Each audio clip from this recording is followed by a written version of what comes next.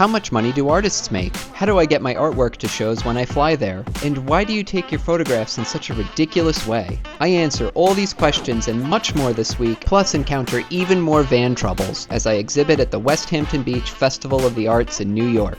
Good morning from South Florida. I'm on my way to the airport. Katie's taking me to the airport right now because this weekend I'm going up to New York to exhibit at the Westhampton Beach Festival of the Arts out on Long Island. And as always, I'm super excited about that. This is usually one of my best shows of the entire year, and I could really use it right now to make up for all that lost income for all those shows I had to cancel in the spring dealing with my stupid van problems. In this video, I'm going to be doing something a little bit different and just going through all the questions that I get asked in comments and through direct messages all the time about art shows and photography and travel from when I post videos like this. I also put up on my stories asking for questions that you guys might have and want me to answer, so I'm going to go through all those today and answer them for you in this video.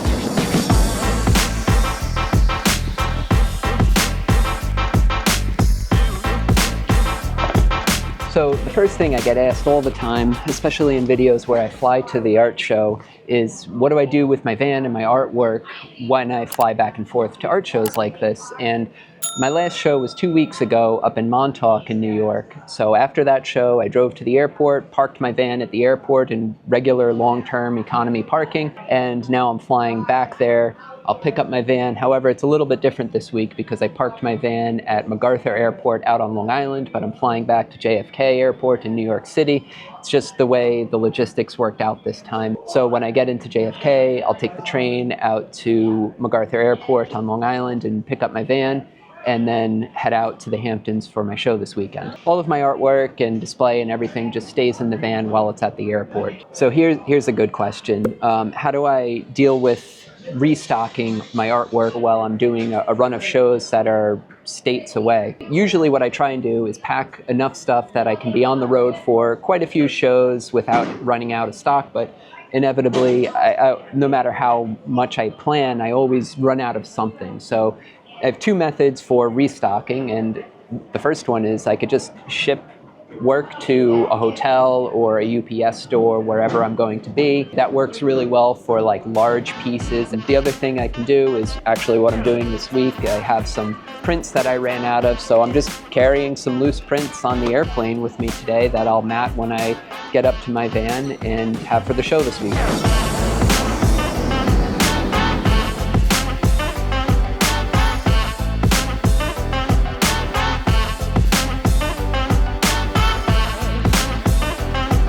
Okay, so I'm just waiting for my train here. I figure I'll answer another question that I got. A bunch of people sent in questions while I was on the plane, which was awesome.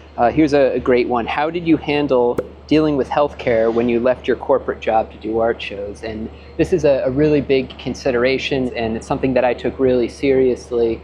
For the first few years after I left my corporate job and my health insurance, I had marketplace health insurance through the government, which was pretty good. It was pretty basic coverage. It was relatively affordable, and the coverage was really just for catastrophic things. I did have to go to the hospital a couple times actually, and one time had to pay over $600 just for a Benadryl, which was ridiculous, but that's probably a whole other problem with the healthcare system. Now my wife has a good corporate job, so we get a family plan through her job that we pay into. But you can, as an independent artist, get marketplace health insurance, and it's, relatively affordable. Here's another interesting one.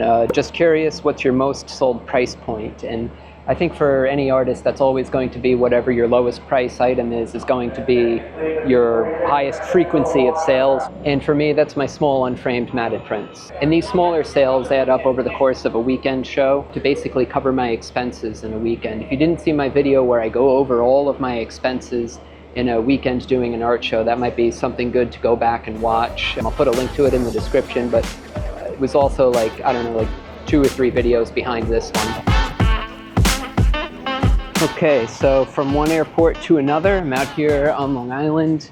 Someone wants to know how many shows I do a year, and I would say in a typical year, I probably average about 25 shows. I think I've done as many as like 30 or 31 shows in a year. This year, I don't even know if I'm gonna hit 20. I only have a couple more shows left this year, actually. just this weekend and one other show this year is all I have booked at the moment. I'm probably going to have to add another show or two in the fall because I had to cancel so many shows in the spring. But I would say on average 25. And someone wants to know what kind of van I have, which is great timing because I'm walking right up to my van right now. I have a Ford Transit. It's a 2023. It's the tallest and longest model that they make. This is the one that I had the engine replaced on just a few months ago, if you remember, and saw my videos about all that stupid van nonsense. This is the one with the new engine. It's a 2023. And so far, so good since the engine was replaced. My previous van that got wrecked in the accident was the same tall, extended version that this is. It was just a 2018 older model. And another timely question, because we're talking about van stuff here. Do you sleep in your van? No, I don't, and I don't want to. I know a lot of artists sleep in their vans and have bunks built out in their van, and it's not that I would mind sleeping in the van, I really wouldn't, but I want and I need and I enjoy an indoor bathroom and an indoor shower. Nothing against artists who do sleep in their van. I think it's great, a great way to save money, and if you like it, great. I don't care for camping or anything, so I don't want to sleep in my van.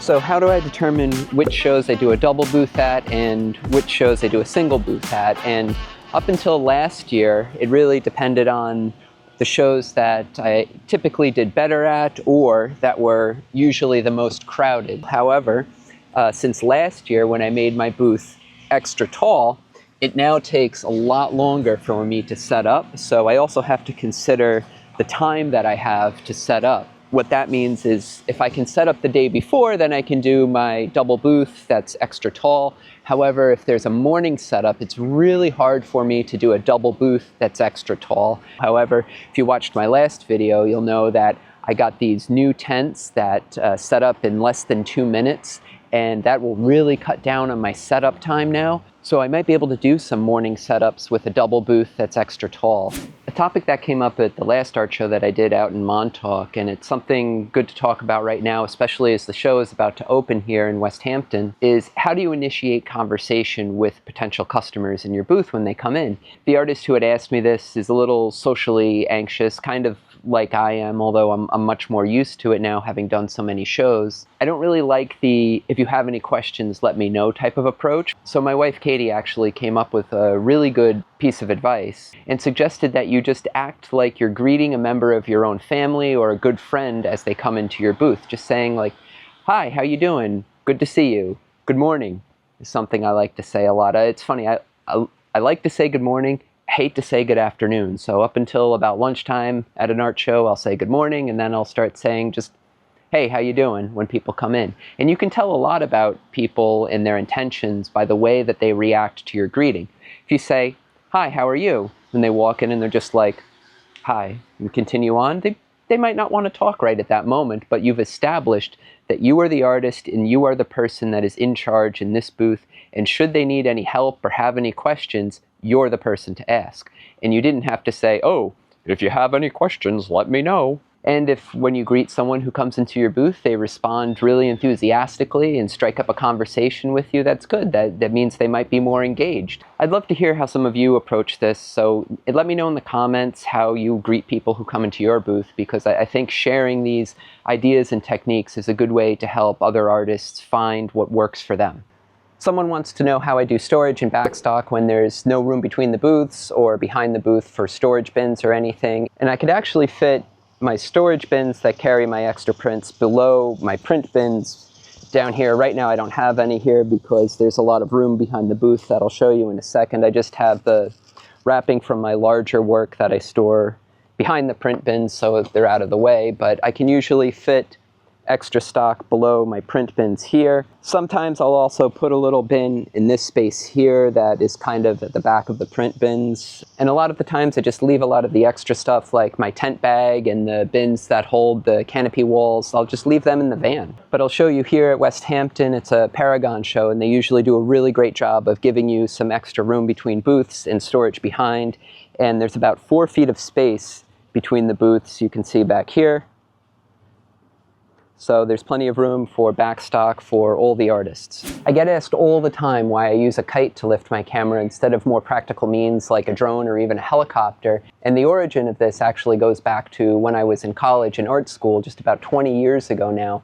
I wanted to do aerial photography, but as a poor college kid, I had no money to rent an airplane or a helicopter, and I loved to fly kites. So it just kind of hit me one day that there was probably a way I could use a kite to get one of my cameras up into the sky. So I went out and spent a lot of time experimenting with this and figuring out how to do that. Back then I thought I was inventing this brand new thing that no one had ever used a kite to lift a camera into the sky before, and then about a year into it found out a guy like 150 years before me did it in a very different way than I do now, and that there is a small community of people who do kite aerial photography around the world. And I do have a lot of advantages over drones. I could pretty much do everything a drone does. It just takes me a lot longer. I can lift a much heavier, much higher quality camera than most drones can lift. Plus, I'm not subject to the regulation that drones are, so I could fly a lot of places that they're not allowed. And that really opens up a world of possibilities for me. However, the process takes exponentially longer than it would if I were using a drone. Of course, I don't have anything against drones. I think they're a great tool for being creative. I have one that I use for video, and you've probably seen a lot of shots in these YouTube videos using that drone. However, the still images from that drone are about the quality of an iPhone, so they don't really meet the quality standards of my big Sony camera that I'm using to make these large prints. However, with my time being at a premium now, having Milo at home, not wanting to be away from home as much, traveling and shooting new work, that I've been starting to consider getting a big drone that might be able to lift my Sony camera into the sky, just to make my work process a little bit faster at times. It used to not be such a big deal to go on a trip for a month and just spend weeks on end waiting for the right conditions. Christmas Eve at 6 in the morning, I'm here in front of the Sydney Opera House. There's no wind right now. It might be a little bit easier and quicker now to go use a drone, so I'm not saying that I'm going to, but maybe this time next year I'll have to change my sign to Kite Aerial Photography and a couple of drones and other stuff. I'm often asked how much artists make at outdoor art festivals, and the truth is that this varies greatly from artist to artist and by medium. A well-established artist selling large sculptures is going to have a very different income and expectation than a new artist selling small work. It also varies dramatically show to show. Just in the past year, I've had shows where I've made well into 5 figures and shows where I've hardly sold anything and lost thousands. A better question would be, is it possible to earn a living from doing outdoor art festivals? And while the short answer is yes, of course it is, it can take a while to get to that point. I also think most independent artists who are making a living at art shows have diversified their revenue streams, whether it's by selling in galleries, their own website, or some other marketplace. As many artists learned the hard way during the pandemic when there were no art shows, it can be risky to depend 100% on art festivals for your income. Let me turn my headlamp off here. Because, of course, one of the big downsides about doing a big, tall, double booth setup like this is it takes forever to set up and break down. And since the show here goes until 6 p.m., it's, pitch black now while I'm trying to break down. But I had a great show, so it's worth it. Doesn't really bother me. Which brings me right into this next question. Someone wanted to know, how do you deal with rejection when someone doesn't want to buy your art or you have a bad show?